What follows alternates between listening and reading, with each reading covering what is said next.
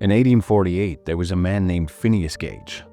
By all accounts, he was a great guy, a respected railroad foreman, known for being calm, responsible, and good with his crew. He was the kind of person you could trust. Then, one afternoon, a freak accident happened. A planned explosion went wrong, and a 3-foot iron rod shot through his head like a bullet, and out the other side. Miraculously, he survived. He could walk, talk, and remember who he was. But the Phineas Gage everyone knew was gone. The calm, reliable man was gone, replaced by an impulsive, erratic, and angry person who couldn't make a good decision to save his life. His friend said, Gage was no longer Gage. The accident had physically disconnected the part of his brain that controlled reason and emotion. He knew what the right thing to do was, but he was biologically incapable of doing it. Now, why am I telling you this? Well, it is because the same thing happens to you every single time you are in a losing trade. You have read Mark Douglas's Trading in the Zone. You intellectually agree with everything Mark Douglas says. You know the rules. But the moment the market turns against you and that red number starts growing, a switch flips in your head. Your heart starts pounding, and that calm, rational trader disappears. He's replaced by an impulsive gambler who moves stops, adds to losers, and breaks every rule he swore he would follow. You become a different person. You are no longer you. This is one of the hidden reasons why Mark Douglas's brilliant trading psychology fails for 90% of traders. It's not that the advice is wrong. It is that we haven't been shown how to stop that iron rod of fear from disconnecting our brains from reason when real money is on the line. In this video, we are going to fix that. We'll uncover the 5 practical, real-world reasons your mind betrays you and what you can actually do about it. This isn't just theory. This is the manual for reconnecting your rational mind to your trading decisions. If you're ready to finally close that gap, do me a favor by hitting that like button and subscribing to our channel, because this will really help our channel out and encourage us to keep going. Number 1. Why you can't accept a risk that threatens your survival. Mark Douglas tells you to accept the risk before you put on a trade. It sounds simple. Just be at peace with the potential loss. But what if that loss means you can't pay rent? What if it is the money you borrowed from family members? Imagine a long wooden plank that is 2 feet wide. If I put that plank on the floor and ask you to walk across it, you would do it without a second thought, because the risk is 0. Now, what if I take that same plank and place it between 2 skyscrapers 100 stories up? You would agree that the task hasn't changed. It is still just walking across a 2-foot wide plank. But suddenly, your legs are shaking, your heart is pounding in your chest, and your brain is screaming danger. The task is the same, but the consequences of failure have changed everything. This is what happens when you trade too big. You can tell yourself you accept the risk all you want.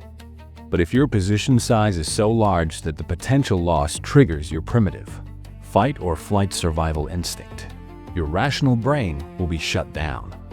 The amygdala, your brain's emotional alarm system, will hijack your judgment. Then you are no longer a trader, you're a cornered animal. And in that moment, you are not managing a trade. You are trying to survive. And when survival mode takes over, that is when the next point becomes critical. 2. Beliefs are forged in the trade log, not the armchair. You can read Trading in the Zone 100 times, but that won't make you a disciplined trader, any more than reading a book about swimming will save you from drowning. Mark Douglas's book is about beliefs, but true belief isn't a thought you agree with. It's a neural pathway carved into your brain through repeated action. You can't just decide to believe losses don't matter when your brain has years of wiring that says losing is bad. This is the action gap. Losing traders think understanding a concept is the same as mastering it. But when pressure hits, Their brain defaults to the old fear-based habits, because that neural pathway is a superhighway, and the new belief is a faint dirt path. Winners know psychology is a physical practice. They build discipline by mechanically executing hundreds of trades with their system. They take 100 trades with an insignificant position size, follow their rules to the letter, and do not touch their stop loss. Each trade proves to their nervous system that they can follow a rule, take a small loss, and survive. The truth is, your beliefs are forged in your trade log, not your armchair. 100 mechanical trades will do more for your psychology than 100 hours of reading.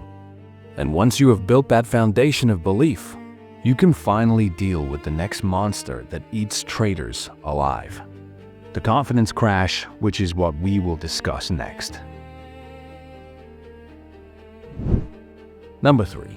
Confidence is a calculation, not a feeling. Let's say you are trading small and executing mechanically. Then you hit a drawdown, 5, 6, 7 losses in a row. This is where most traders break. This is where they abandon their system because their confidence was based on recent results. It is based on a feeling. Mark Douglas talks about thinking in probabilities, but I feel there is a crucial step he probably didn't feel the need to drill down on. And that is, you must know the math behind those probabilities. This is your system's expectancy. Your trading system's expectancy is the average amount you can expect to gain or lose on any given trade over the long term. Unsuccessful traders fail because they don't know their system's statistics.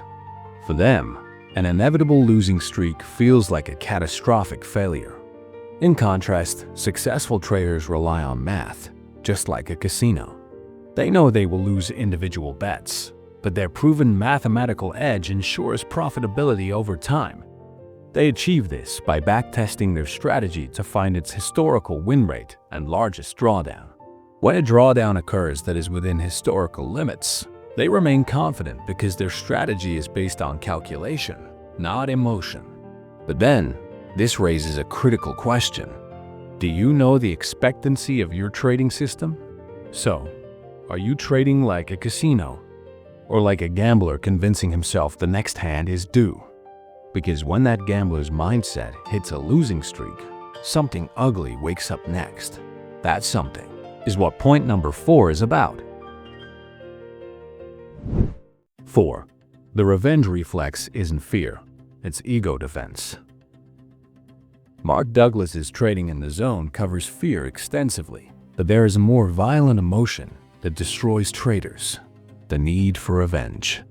After a loss, it feels like the market took something from you, like it made you look stupid, and your immediate reflex isn't risk management. It is retaliation. I'm going to get my money back, you think. This is the revenge reflex. It is pure ego defense. In this moment, many traders jump back in, usually with a bigger size, taking low-quality setups they would normally ignore.